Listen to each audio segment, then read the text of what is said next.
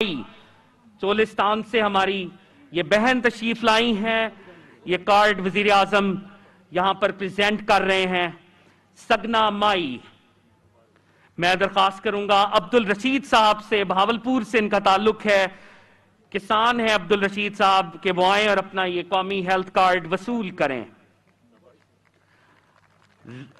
رانی منیر صاحبہ اپنے فادر کے بہاف پر یہ کارڈ وصول کریں گی.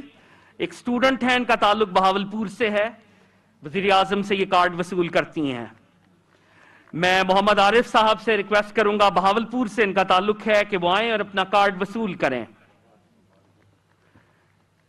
میں ریکویسٹ کروں گا عائشہ بی بی سے کہ وہ آئیں، اور چولستان سے ان کا تعلق ہے، کہ اپنا کارڈ وصول کریں. میں ریکویسٹ کروں گا کامو مائی سے، چولستان سے ان کا تعلق ہے، ہماری معزز بہن، کہ وہ آئیں اور اپنا یہ کارڈ وزیر اعظم اور وزیر اعلیٰ سے وصول کریں. میں ریکویسٹ کروں گا محبوب عالم صاحب سے، بہاول نگر سے ان کا تعلق ہے، کہ وہ آئیں اور اپنا یہ کارڈ وصول کریں. قومی صحت کارڈ بلا تفریق سب کو دیا جا رہا ہے. میں ریکویسٹ کروں گا ڈاکٹر خالد سے کہ وہ آئیں اور اپنا کارڈ وصول کریں. ایک ڈاکٹر ہیں، ڈاکٹر خالد صاحب اپنا کارڈ وصول کرتے ہیں. میں ریکویسٹ کروں گا محمد اقبال صاحب سے کہ وہ آئیں اور وزیر اعظم سے اپنا کارڈ وصول کریں. بلا تفریق یہ کارڈ حکومت کی جانب سے دیا جا رہا ہے. میں ریکویسٹ کروں گا محمد اجمل بھٹی صاحب سے، گورنمنٹ آفیسر ہیں، کہ وہ اپنا یہ کارڈ وزیر اعظم سے، اور بہاولپور سے ان کا تعلق بھی ہے اصل میں. محمد اکرم صاحب، میں ریکویسٹ کروں گا بہاول نگر سے ان کا تعلق ہے، کہ وہ اپنا کارڈ وصول کریں. میں ریکویسٹ کروں گا امتیاز احمد صاحب سے کہ وہ اپنا کارڈ وصول کریں، بہاولپور سے ان کا تعلق ہے. نسیم اختر صاحبہ، بہاول نگر سے ان کا تعلق ہے، یہ اپنا کارڈ وصول کرتی ہیں. اور یہ وقار صادق صاحب رحیم ارخان سے ہیں، اور یہ اپنا کارڈ وصول کرتے ہیں.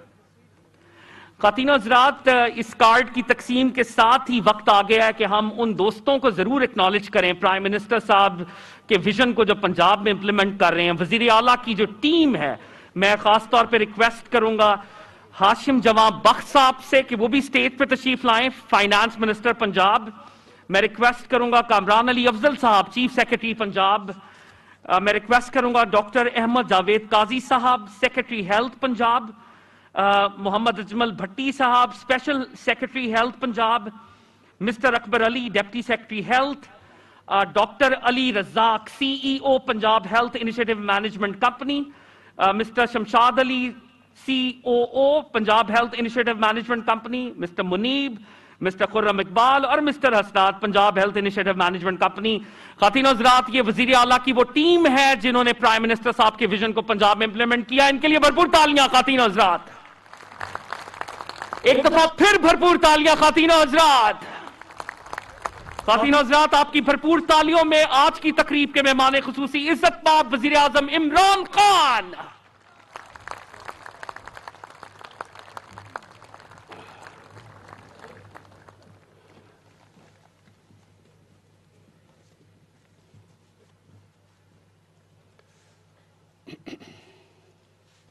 بسم اللہ الرحمن الرحیم. ایاک نعبد و ایاک نستعین.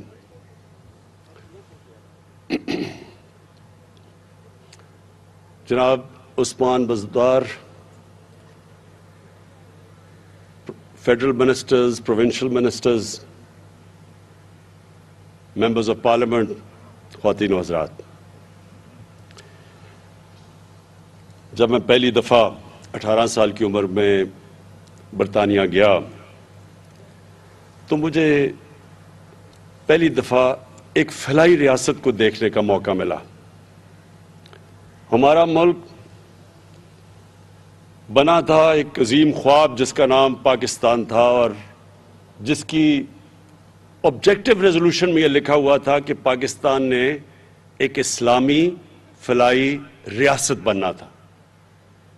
تو یہاں تو نہیں نظر آئی فلاحی ریاست، لیکن جب میں برطانیہ گیا تو پہلی دفعہ میں نے ایک فلاحی ریاست دیکھی. اور مجھے خود بھی کئی دفعہ 2-3 دفعہ ہاسپٹل جانا پڑا، ایمرجنسی میں کوئی چوٹیں لگیں، تو میں نے دیکھا کہ انسانیت کیا ہوتی ہے. کوئی بھی انسان جاتا تھا، میں تو باہر کا ملک کا تھا، لیکن اس کو اس کی حیثیت کے مطابق اس کا علاج ہوتا تھا. اگر اس کے پاس پیسے نہیں تو مفت علاج ہوتا تھا وہ گورنمنٹ ہاسپٹلز میں. اور مجھے وہ کبھی وہ چیز نہیں بھولتی کہ میں ہر قسم کے لوگوں کو وہاں دیکھتا تھا، اور ڈاکٹرز اور نرسز کوئی فرق نہیں کرتی تھی کہ ایک آدمی پیسے دے کے علاج کروا رہا ہے اور دوسرا مفت علاج کروا رہا ہے. کوئی فرق نہیں تھا انسانوں میں. میری جب والدہ بیمار ہوئی تو میں ان کو برطانیہ لے کے گیا، تو ان کا جو ڈاکٹر تھا اس نے نیشنل ہیلتھ کے ہاسپٹل میں ان کا علاج کر رہا تھا، اور ان کے جو نیشنل ہیلتھ کے ہاسپٹلز تھے ان میں مفت علاج ہوتا تھا. مفت جو کہ لوگ پیسے نہیں دے سکتے تھے. تو میں اپنی والدہ کے لیے پیسے دے کے علاج کروا رہا تھا، اور ان کے ساتھ والے بستر پہ ایک عورت تھی جس کا مفت علاج ہو رہا تھا.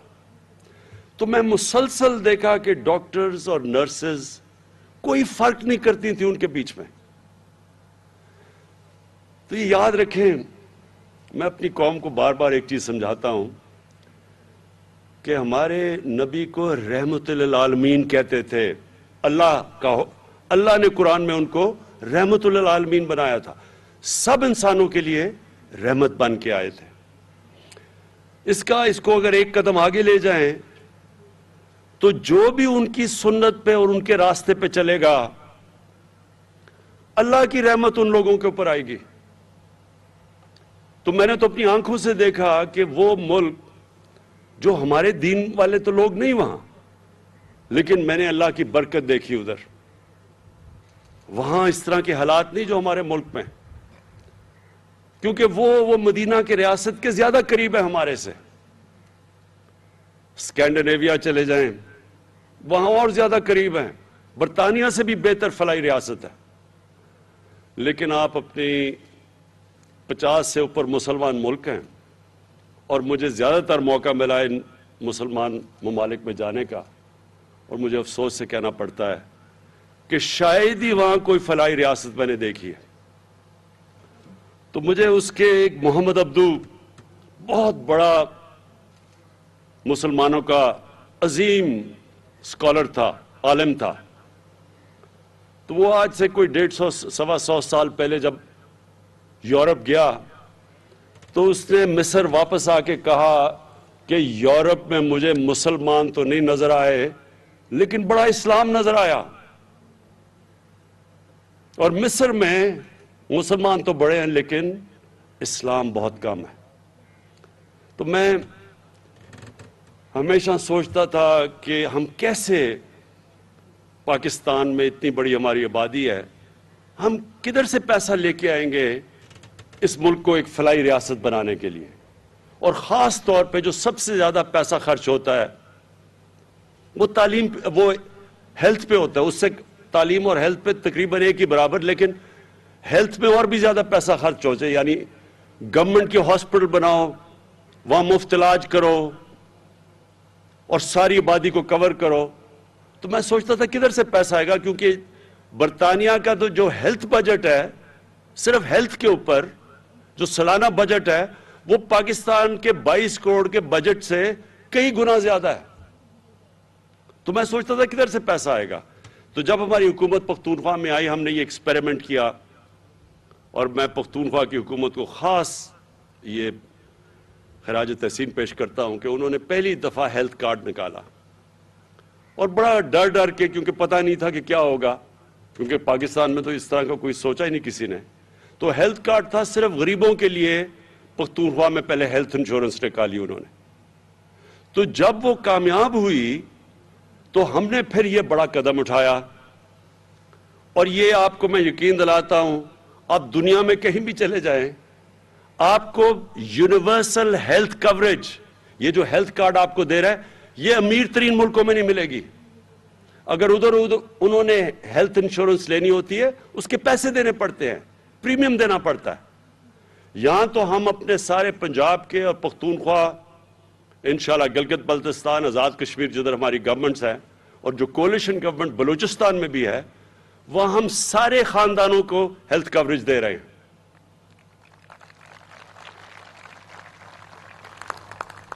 تو یہ میں ذرا اب آپ کو دوسری چیز بتاؤں کہ اس سے اب کیا ہوگا۔ ابھی ہمارا مسئلہ کیا ہے پاکستان میں؟ پہلے تو ہمارے پاس اتنا پیسہ ہی نہیں کہ اتنے زیادہ ہاسپٹل بنائیں جو ساری عوام تک ہم پہنچ سکیں۔ ہماری آبادی اتنی تیزی سے بڑھی ہے کہ وہ جتنی ہماری آبادی ہے اس کے لیے اگر ہم پورے ہاسپٹلز بھی بنا دیں اور پھر جو پیسہ ہاسپٹلز کو چلانا وہ ہم کر ہی نہیں سکتے پورا۔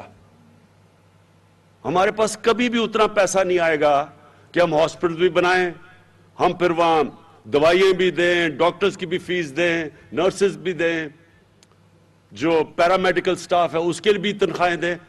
ہمارے پاس پیسہ اتنا آ ہی نہیں سکتا، اگلے 5 سال میں تو نہیں آ سکتا، اس کے بعد انشاءاللہ آ بھی سکتا ہے جو پاکستان میں اللہ نے نعمتیں بخشی ہیں۔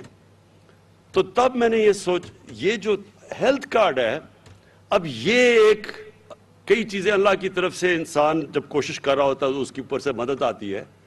تو اس سے اب کیا ہوگا؟ جو مسئلہ سب سے بڑا اس وقت ہمارے اکثریت عوام کو ہے کہ دیہاتوں کے اندر، چھوٹے شہروں میں، وہ ہمارے جو ڈسٹرکٹ ہاسپٹلز ہیں، میں نے اتنی دفعہ دیکھا وہاں ڈاکٹرز ہی نہیں ہوتے۔ وہ بچارے وہاں سے دور سے لوگ سارے ڈویژن ہیڈ کوارٹرز کے ہاسپٹل میں آتے ہیں، اور وہاں اتنی زیادہ لوگ آ جاتے ہیں کہ وہاں ایک ایک بستر پہ 3 لوگوں کو سلانا پڑتا ہے۔ بچے آپ دیکھیں، چھوٹے بچوں کو وہاں 3 بچے ایک بستر پہ ہیں، اور کئی دفعہ انفیکشنز ہوئی ہوتی ہے اور وہ ایک ہی بستر پہ، کیونکہ جگہ ہی نہیں ہے ہسپتالوں میں، تو تھوڑے سے ہاسپٹل میں زیادہ تر لوگ پہنچ جاتے ہیں۔ اور جو پیسہ خرچ کر رہی ہے حکومت ڈسٹرکٹ ہاسپٹلز میں، وہ خالی پڑے ہوتے ہیں کیونکہ وہاں ڈاکٹرز ہی نہیں جاتے ہیں۔ تو یہ جو اب ہیلتھ کارڈ ہے یہ کیا کرے گا؟ اب چھوٹے سے چھوٹے بھی شہر کے اندر پرائیویٹ سیکٹر جائے گا ہاسپٹل بنانے، جو پہلے نہیں جاتا تھا۔ پرائیویٹ سیکٹر صرف بڑے شہروں میں ہاسپٹل بناتے ہیں کیونکہ وہ سمجھتے ہیں چھوٹے شہروں میں پیسے ہی نہیں لوگوں کے پاس۔ اب یہ جو ہیلتھ کارڈ آئے گا، یہ پہلی دفعہ چھوٹے شہروں میں، قصبوں میں، بلکہ گاؤں میں بھی پرائیویٹ سیکٹر جائے گا ہاسپٹل بنانے، کیونکہ اب لوگوں کے پاس پیسے ہوں گے اپنا علاج کروانے کے لیے ہیلتھ کارڈ کے ذریعے۔ تو انشاءاللہ یہ ایک سارے پاکستان میں خود ہی ہیلتھ کوریج پہنچ جائے گی۔ دوسرا، ان سرکاری ہاسپٹلز میں جدھر ڈاکٹرز نہیں جا رہے، جدھر کام نہیں ہو رہا، ظاہر ہے مریض تو وہاں نہیں جائیں گے، مریض ادھر جائیں گے جس پرائیویٹ ہاسپٹل میں جدھر ان کو علاج مل رہا ہے۔ تو اب یہ گورنمنٹ ہاسپٹلز میں پریشر پڑ جائے گا۔ جب دیکھیں گے، گورنمنٹ دیکھے گی کہ ہاسپٹل میں کوئی آ ہی نہیں رہا، تو وہ پوچھے گی کہ کیوں نہیں آ رہا جناب؟ وہ ڈاکٹرز کی پوچھ گاچھ ہوگی جو اب تک نہیں ہوتی۔ اور یہ آپ دیکھنا کہ ساری پاکستان کے ہیلتھ سسٹم میں انشاءاللہ ایک انقلاب آئے گا، اور آپ کی دیکھتے دیکھتے انشاءاللہ آئے گا۔ میری آج بات یاد رکھنا۔ اب دوسری چیز، یہ ہم کب کر رہے ہیں؟ سارے پنجاب میں، اور یہ سن لیں پھر سے، کبھی اس ملک کی تاریخ میں کبھی اتنا پیسہ عوام کے اوپر کسی نے خرچ کیا ہی نہیں ہے۔ 400 ارب روپیہ پنجاب خرچ کر رہی ہے ہیلتھ کارڈ پہ۔ یہ کوئی سوچ بھی نہیں سکتا پاکستان میں پہلے کہ کوئی اتنا پیسہ خرچ کرے گا۔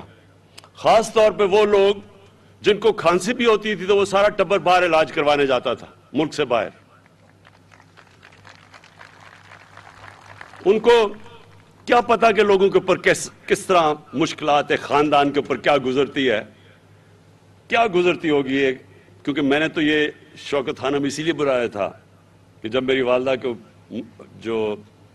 جب ان کی تکلیف دیکھی تو ہم سارے خاندان پہ کیا گزر رہی تھی، ہمارے بہن بھائیوں پہ۔ تو کسی سوچے غریب گھر میں جدھر ان کے پاس پیسہ نہیں ہے علاج کا، وہاں اپنے بچوں کا کسی نے علاج کروانا ہو تو ماں باپ پہ کیا گزرتی ہوگی، بچوں پہ کیا گزرتی ہوگی جب ماں باپ بیمار ہوں۔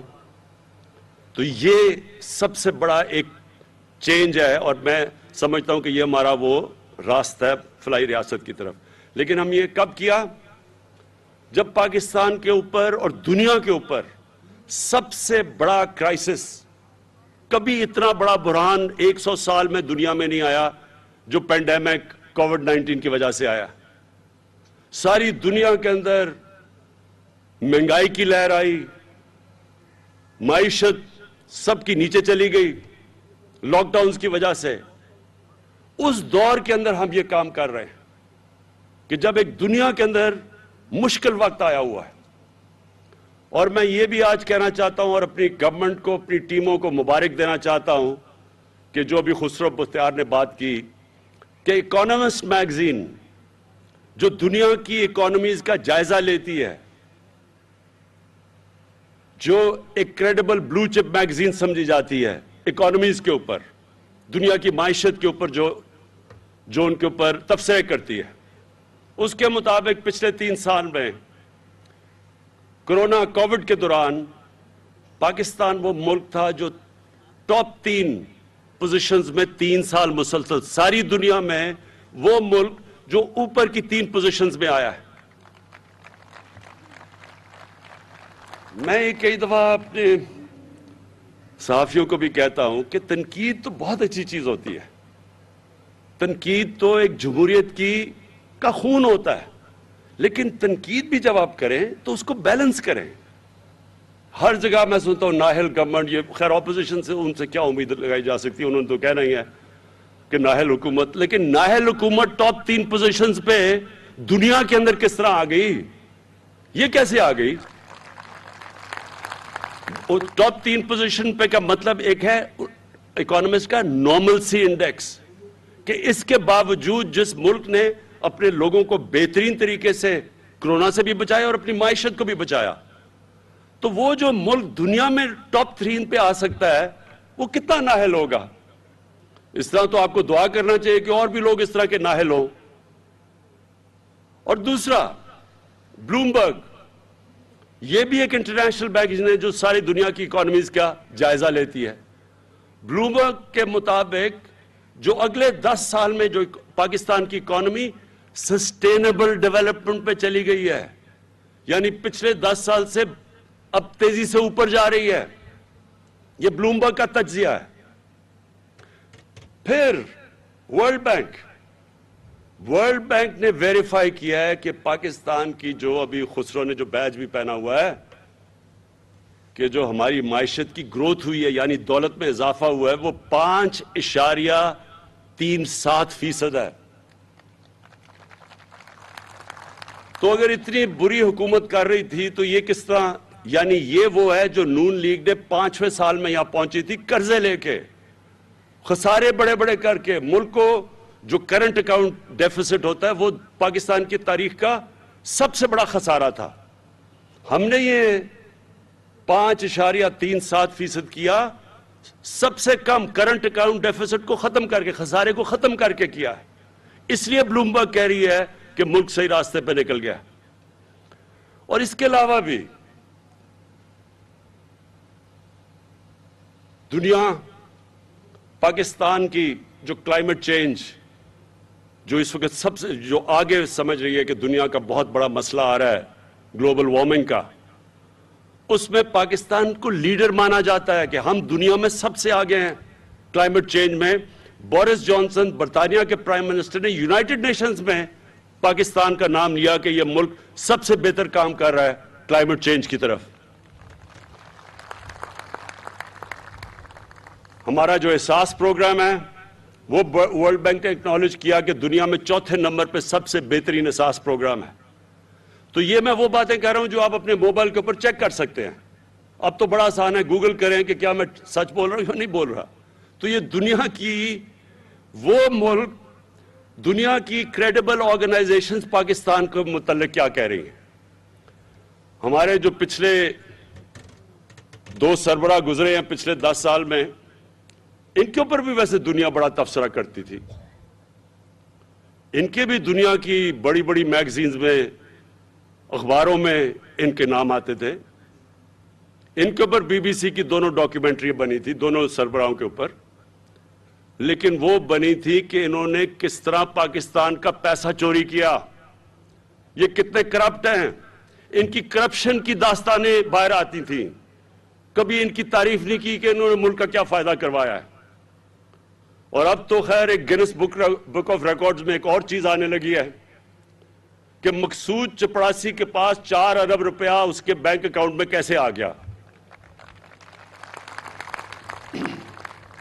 یہ ساری دنیا اب حیران ہوگی کہ 10,000 روپیہ جو تنخواہ لیتا ہے آدمی، وہ یہ شہباز شریف کے بیٹے کی شوگر مل کے اندر اس کے بینک اکاؤنٹ میں 4 ارب روپیہ یعنی کہ 400 کروڑ روپیہ کیسے پہنچ گیا. جب آپ ان کی تہ میں جائیں گے تو آپ کو پتا چلے گا کہ ہمارا ملک کیوں نہیں ادھر پہنچ سکا جدھر اس کو پہنچنا چاہیے تھا. اللہ نے اس ملک میں ہر قسم کی نعمت دی ہے، لیکن اگر آپ فیکٹری کے اوپر بھی ایک ڈاکو کو بٹھا دیں گے وہ فیکٹری بھی بینکرپٹ ہو جائے گی. یہ جو بڑے بڑے خسارے ہیں یہ ہر ان ملک کو آپ اٹھا کے دیکھ لیں جو غریب ملک ہے. میں آپ کو آج دعوے سے کہتا ہوں کہ ایک دنیا میں مقروض اور غریب ملک دیکھ لیں جدھر غربت زیادہ ہے. ہر جگہ ادھر اسی طرح کے ڈاکو ملک کے اوپر بیٹھ کے پیسہ چوری کر کے ملک کا پیسہ باہر لے کے جا رہے ہوں گے. کبھی بھی قوم اس لیے غریب نہیں ہوتی کہ اس میں وسائل کی کمی ہے. کبھی قومیں غریب نہیں ہوتی وسائل کی کمی سے. سوئٹزرلینڈ ہے ہی نہیں وہاں وسائل. کوئی بتائے کہ وہ کیسے دنیا کا سب سے خوشحال خطہ ہے؟ کیونکہ سوئٹزرلینڈ میں قانون کی بالادستی ہے. سوئٹزرلینڈ میں کوئی سوچتا ہی وہاں کوئی چوری نہیں ہے، کوئی قبضہ گروپ نہیں ہے، کوئی وہاں ان کا سربراہ کی جرت نہیں ہے کہ ملک کا پیسہ چوری کر کے باہر لے کے جائے. ادارے مضبوط ہیں.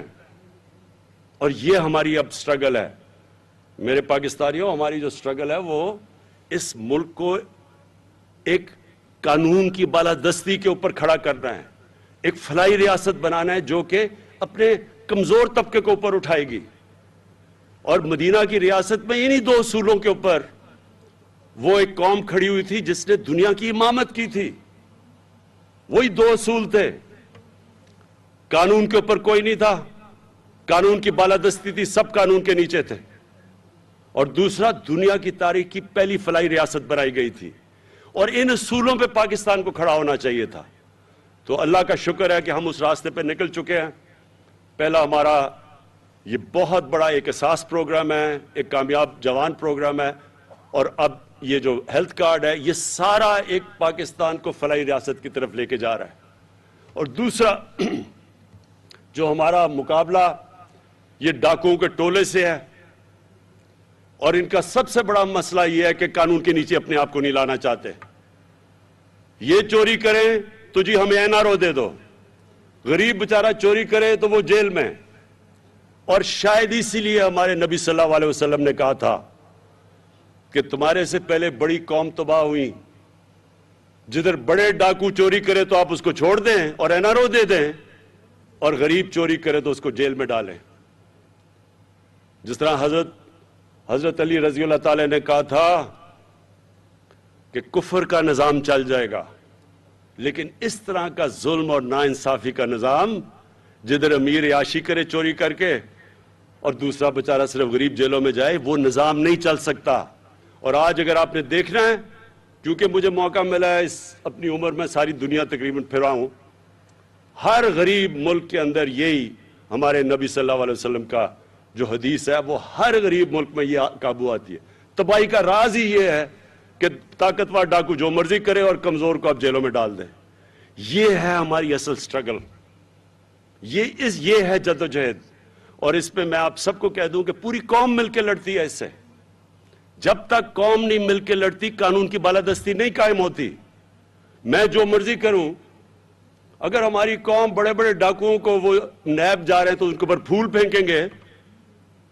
آپ وہاں ہمارا ایک بڑا ادارہ سپریم کورٹ بار ایسوسی ایشن عدالت میں جا کے کہے گی کہ جی دیکھیں ایک آدمی جو چوری کر کے ملک سے باہر بھاگا ہے، کنوکٹ ہوا ہے، جھوٹ بول کے باہر بھاگا ہے، وہ کہیں جی اس کو پھر سے موقع دینا چاہیے آگے پھر سے وہ میچ کھیلے. تو پھر چوری میں بری چیز کیا ہے؟ اگر آپ اس میں برائی نہیں آپ کو نظر آ رہی تو پھر چوری میں بری چیز کیا ہے؟ وہ بیچارے غریبوں کو جیلوں میں کیوں بند کیا ہوا ہے؟ ان کو تو کھولو سب سے پہلے. ان کے تو بیچارے ان کے جو بیوی بچے ہوں گے، آپ کو تو یہاں اگر بیچارہ ایک کمانے والا جیل میں چلا جائے تو پیچھے کیا ہوتا ہوگا؟ تو ان کو بیچاروں کو کیوں بند کیا؟ اگلی پٹیشن یہ کریں کہ جیل کھول دیں پاکستان میں، کہ صرف طاقتور کوئی آپ نے چھوڑنا ہے، وہ جو مرضی کرے.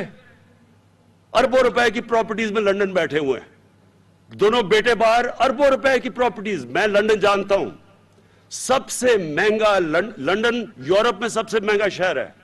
لندن کی سب سے مہنگی جگہ کے اوپر ان کے گھر ہیں، اربوں روپے کے گھر ہیں.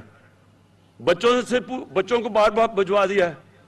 3 دفعہ ملک کا پرائم منسٹر سے پوچھے جی کہ بچوں کے پاس اربوں سے روپیہ کدھر سے آیا؟ کہتا جی مجھے تو نہیں پتا، میرے بچوں سے پوچھو. بچوں سے پوچھنے جائے وہ کہتے جی ہم تو پاکستان کے شہری نہیں ہیں.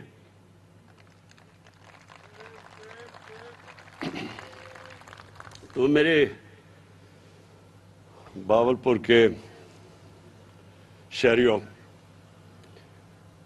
میں آج بڑی مجھے خوشی سے آپ کے سامنے یہ ہیلتھ کارڈ لے کے آیا ہوں، اور میں یہ بھی آپ کو بتا دوں کہ انشاءاللہ جو ساؤتھ پنجاب کا ہم نے آپ سے وعدہ کیا تھا، یہ پہلی ہماری، باقیوں نے بھی آپ سے وعدہ کیا ہے، لیکن انشاءاللہ یہ حکومت وہ آپ کا وعدہ پورا کرے گی. اور وہ اس لیے کرے گی کہ میرا ایمان ہے کہ ساؤتھ پنجاب کے لوگوں سے ناانصافی ہوئی ہے، ان کو شیئر نہیں ملا، ان کا نہ نوکریوں میں شیئر ملا، نہ جو ان کا حق تھا کہ جو ان کے آبادی کے تحت جو ان کو شیئر ملنا چاہیے تھا بجٹ میں، نہ وہ ملا. اور انشاءاللہ یہ ناانصافی اب ختم ہوگی. ہم نے ابھی بھی چینجز کر دیے ہیں. جو ابھی بھی پیسہ آ رہا ہے اب ساؤتھ پنجاب پہ خرچ ہو رہا ہے وہ کبھی پہلے نہیں ہوا.